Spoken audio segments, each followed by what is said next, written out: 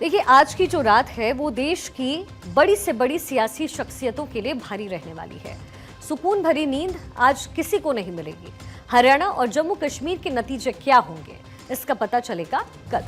Exit poll ने काफी हद तक कुछ तस्वीर सामने रखी है, लेकिन जब तक परिणाम ना आ जाए हर कोई प्रचंड जीत के दावे पेश कर रहा है।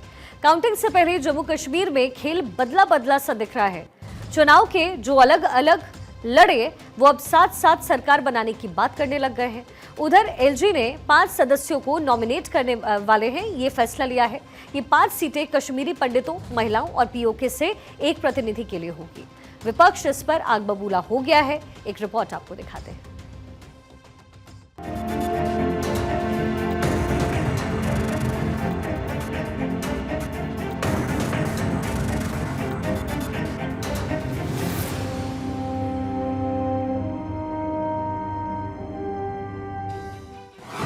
नतीजों से पहले जम्मू कश्मीर में पार्टियों की नई सियासत।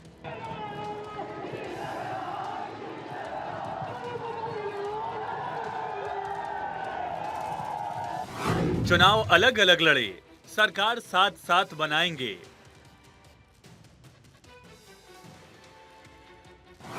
इंजीनियर रशीद होंगे तुरूप का इक्का।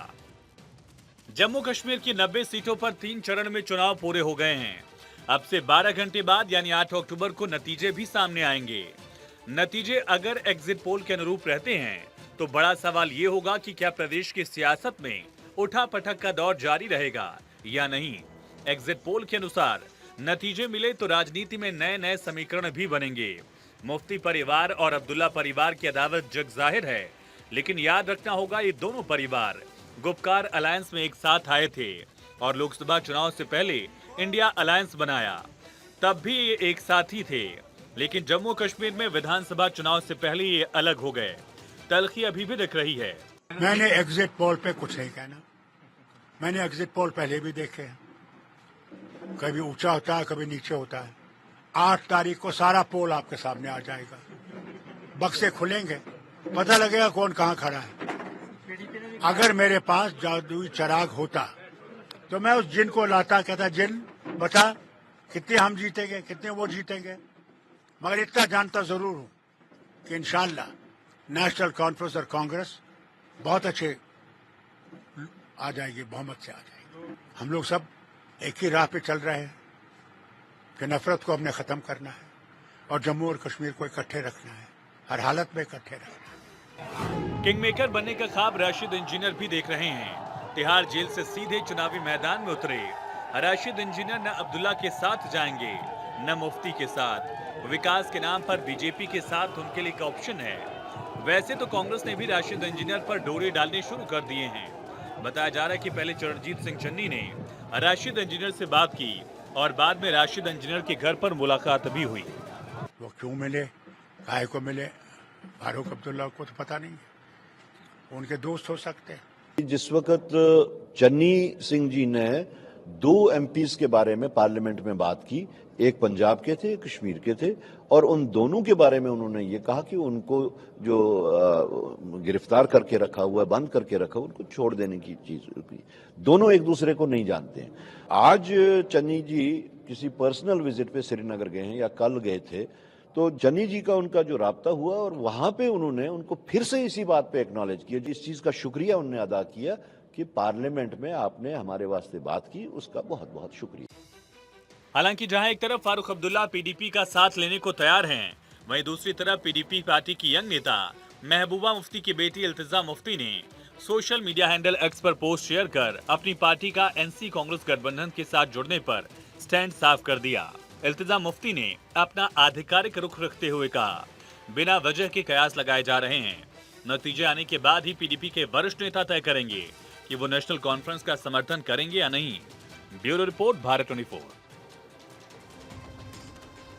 अब सवाल है कि आखिर जम्मू कश्मीर का किंग मेकर कौन बनेगा। अगर बीजेपी जम्मू कश्मीर में सबसे बड़ी पार्टी बने तो फिर जम्मू कश्मीर का किंग मेकर कौन हो सकता है, संभावनाएं आप समझिए।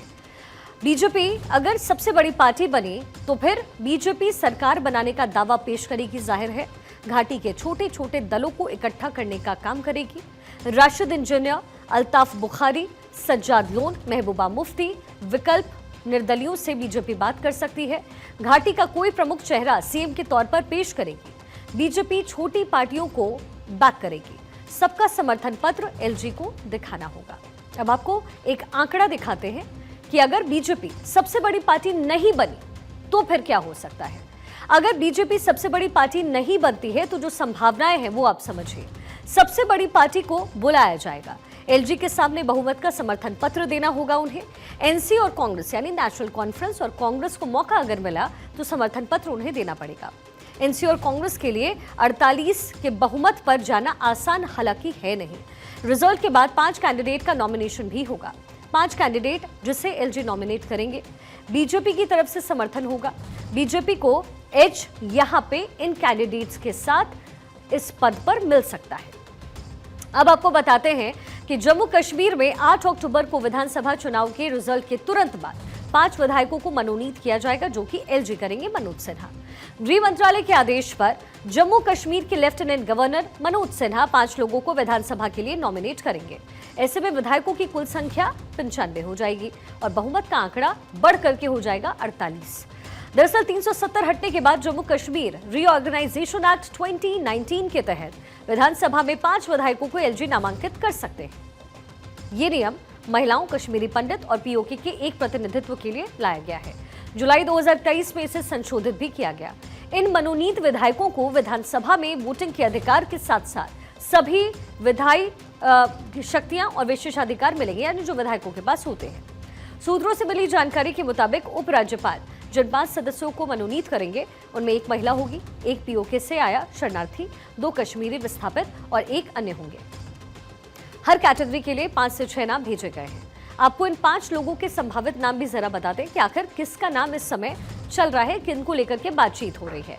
जम्मू कश्मीर विधानसभा में जो संभावित मनोनीत सदस्य हैं उनके नाम हैं संजीता डोगरा, अध्यक्ष महिला मोर्चा जम्मू कश्मीर बीजेपी, सुनील सेठी प्रवक्ता जम्मू कश्मीर बीजेपी, अशोक कौल संगठन महामंत्री जम्मू कश्मीर बीजेपी, रजनी सेठी प्रवक्ता जम्मू कश्मीर बीजेपी, फरीदा खान सचिव जम्मू कश्मीर बीजेपी।